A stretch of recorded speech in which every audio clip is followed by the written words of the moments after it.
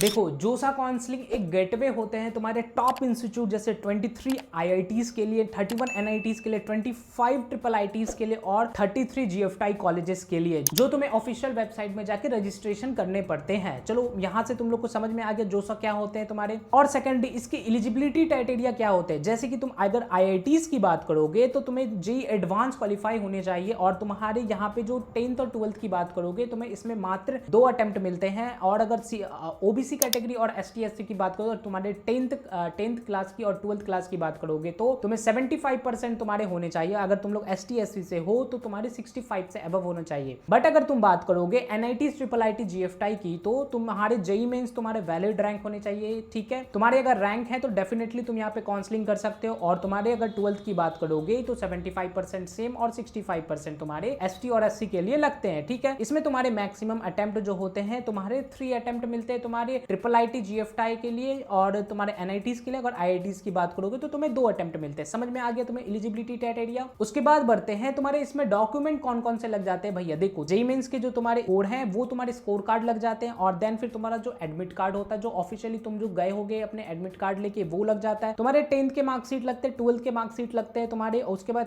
2-3 passport size photos लग जाते हैं और एक आईडी प्रूफ लग जाते हैं, या फिर तुम्हारा पैन कार्ड, मोस्टली आधार कार्ड वगैरह, ड्राइविंग लाइसेंस जो भी तुम्हारा है वो तुम दे सकते हो। ठीक है, इफ अगर तुम लोग जनरल कैटेगरी से नहीं हो, अगर ओबीसी एसटी एससी अगर तुम लोग कैटेगरी लाई करते हो तो उस केस में तुम्हारा एक ये बहुत ज्यादा इंपॉर्टेंट हो जाता है। तुम यहाँ पे अपना ये मार्क कर लो, तुम्हारे 1 अप्रैल के बाद तुम्हारा जो सर्टिफिकेट बनाओ ना, अगर तुम्हारा सर्टिफिकेट आउटडेटेड है तो प्लीज जाके उसको रिन्यू करवा लो। ठीक है, तुम्हारे 1 अप्रैल के बाद तुम्हारा होना चाहिए। अगर तुम लोग पीडब्ल्यूडी सर्टिफिकेट पीडब्ल्यूडी से अगर तुम लोग लाई करते हो तो उस केस में तुम्हारा पीडब्ल्यूडी सर्टिफिकेट होना चाहिए। तुम्हें समझ में आ गया। एडिशनल डॉक्यूमेंट की बात करोगे तो तुम लोग यहाँ पे देख सकते हो मेडिकल सर्टिफिकेट वगैरह लेते हैं, और फी पेमेंट प्रूफ लगते हैं। जब तुम्हें सीट्स अलॉट होंगे तो उस केस में तुम्हें फी पेमेंट करने पड़ते हैं। उसके बाद यहाँ पे तुम लोग सारे डॉक्यूमेंट वगैरह देख सकते हो। ठीक है, उसके बाद बढ़ते इंपॉर्टेंट डेट की बात करोगे तो लास्ट ईयर के हिसाब से अगर तुम हिसाब से देखोगे तो तुम्हारे जेईई एडवांस के जस्ट उसके 1 दिन से ही तुम्हारे काउंसलिंग पोर्टल ओपन हो जाते हैं। तुम्हारे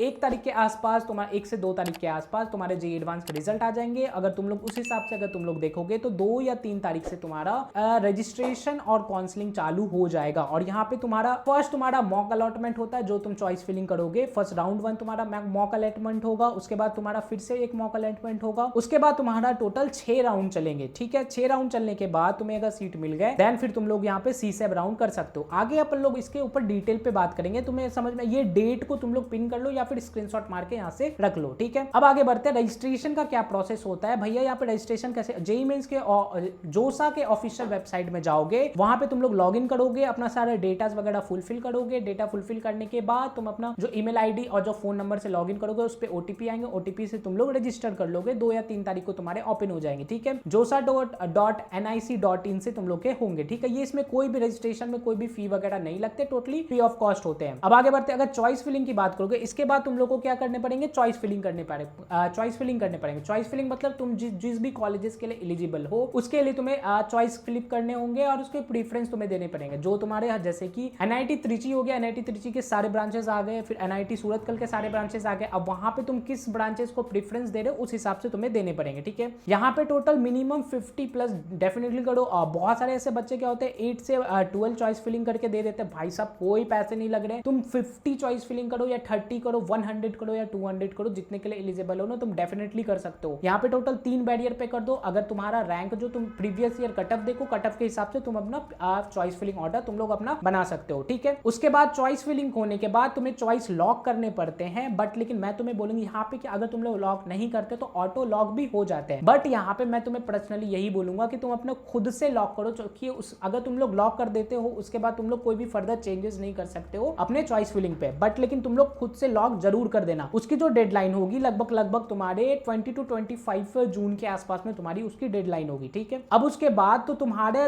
उसमें टोटल ना 3 सिनेरियो होते हैं। इफ अगर तुम्हें कॉलेज कोई भी अलॉट हो जाते हैं देन फिर फर्स्ट तुम्हारा होता है फ्रीज, देन फ्लोट और देन फिर स्लाइड। सबसे पहले भैया ये फ्रीज, फ्लोट और स्लाइड क्या होते हैं ये बता दीजिए आप पहले। फ्रीज मतलब होता है कि तुम्हारा एनआईटी सूरतकल में मैकेनिकल लग गया, अब तुम्हें कोई भी सीट्स की कोई नीडेड नहीं है, तुम्हें मैकेनिकल लेना, तो तुम अब क्या करोगे, डायरेक्ट फर्स्ट राउंड में तुम्हें अलॉट हो गए तो तुम डायरेक्ट मैकेनिकल लिए डायरेक्ट एडमिशन ले लिया। ठीक है, उसके ऊपर भी तुम लोग प्रीफरेंस दोगे। फ्लोट मतलब होता है कि तुम लोग अपग्रेड में जाए, तुम्हें NIT सूरतकल में तुम्हारा मैकेनिकल लग गया, बट लेकिन तुम बोल रहे हो कि भैया मैं इसमें एडमिशन नहीं लूंगा, मैं आगे फर्दर काउंसलिंग पे जाऊंगा, राउंड 2, राउंड 3, राउंड 4 पे जाऊंगा, इसके ऊपर जो मैंने जो भी कॉलेजेस दिए हैं क्या मुझे वो अलॉट हो सकते हैं, उस केस में तुम लोग फ्लोट करोगे। फ्लाइट मतलब होता है कि तुम्हारे जिस कॉलेज में, जैसे कि एग्जांपल के तौर पे NIT त्रिची पे तुम्हें कोई भी ब्रांचेस मिल गए, अब तुम्हें कोई दूसरे कॉलेज नहीं जाने हैं, तुम्हें उसी कॉलेज में रहना है। तुमने अगर BT के लिए किया या फिर सिविल के लिए किया या फिर CSE के लिए किया, अगर तुम्हें EC मिल जाते हैं NIT त्रिची के लिए, तुम्हें अब NIT सूरतकल वगैरह पे नहीं जाने, तुम्हें NIT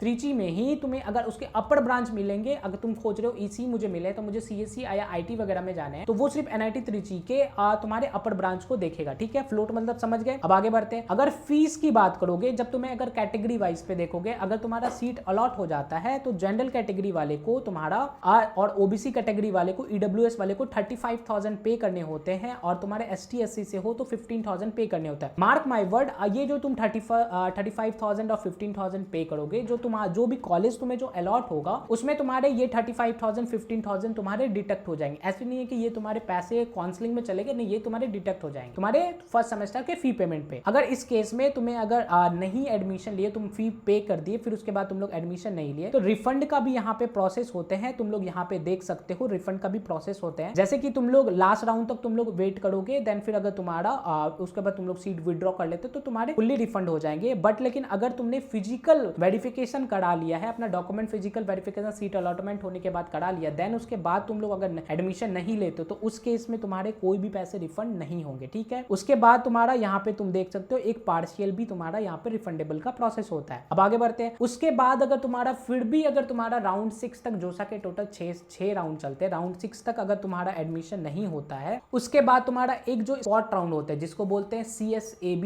स्पेशल राउंड, उसमें टोटल 2 राउंड होते हैं, एक राउंड 1 और एक राउंड 2, जिसमें IITs पार्टिसिपेट नहीं करती है। उसमें तुम्हारे NITs, IIITs और GFTI तुम्हारे पार्टिसिपेट करते हैं। ये तुम्हारा 47 नहीं, ये तुम्हारा 33 तुम्हारे GFTI है। ठीक है, इसमें कौन कौन पार्टिसिपेट कर सकता है? जो फ्रेशली तुम लोग जो हो गए वो लोग तुम लोग पार्टिसिपेट कर, जो तुमने जोसा में काउंसलिंग नहीं किए थे, या फिर तुमने जोसा में काउंसलिंग किया, तुम्हें कोई भी कॉलेज अलॉट नहीं हुआ, बट लेकिन तुम लोग यहाँ पे काउंसलिंग कर सकते हो। ठीक है, और जिसके पास तो भी वैलिड रैंक है वो लोग भी काउंसलिंग कर सकते हो। जिसने सीट वगैरह विड्रॉ कर लिया था वो भी काउंसलिंग कर सकते हो। ठीक है, और इसकी ऑफिशियल वेबसाइट csab.nic.in पे तुम्हारे रजिस्ट्रेशन होंगे। ठीक है, ये फ्रेशली रजिस्ट्रेशन होंगे। ऐसे नहीं कि तुम लोग वहां पे जो चॉइस फिलिंग किए थे यहाँ भी चॉइस फिलिंग, यहाँ पे तुम्हें मनचाहा ब्रांच नहीं मिलेगा। काफी कम सीट्स होते हैं, बट लेकिन डेफिनेटली यहाँ पे बहुत अच्छा चांस होता है लोअर रैंक को भी अच्छा ब्रांचेस मिलने के। आगे बढ़ते हैं। यहाँ पे बहुत सारे बच्चों का क्या मिस्टेक हो जाता है, यहाँ पे देखो, सबसे पहले क्या करते हैं, चॉइस फिलिंग काफी कम करते हैं। मैंने स्टार्टिंग में बताया, तो डेफिनेटली तुम काफी अधिक चॉइस फिलिंग करो। देन फिर क्या करते हैं, चॉइस लॉक नहीं करते हैं बहुत लोग, और अपना क्लोजिंग रैंक नहीं देखते तुम्हारे रैंक के हिसाब से। तुम अपना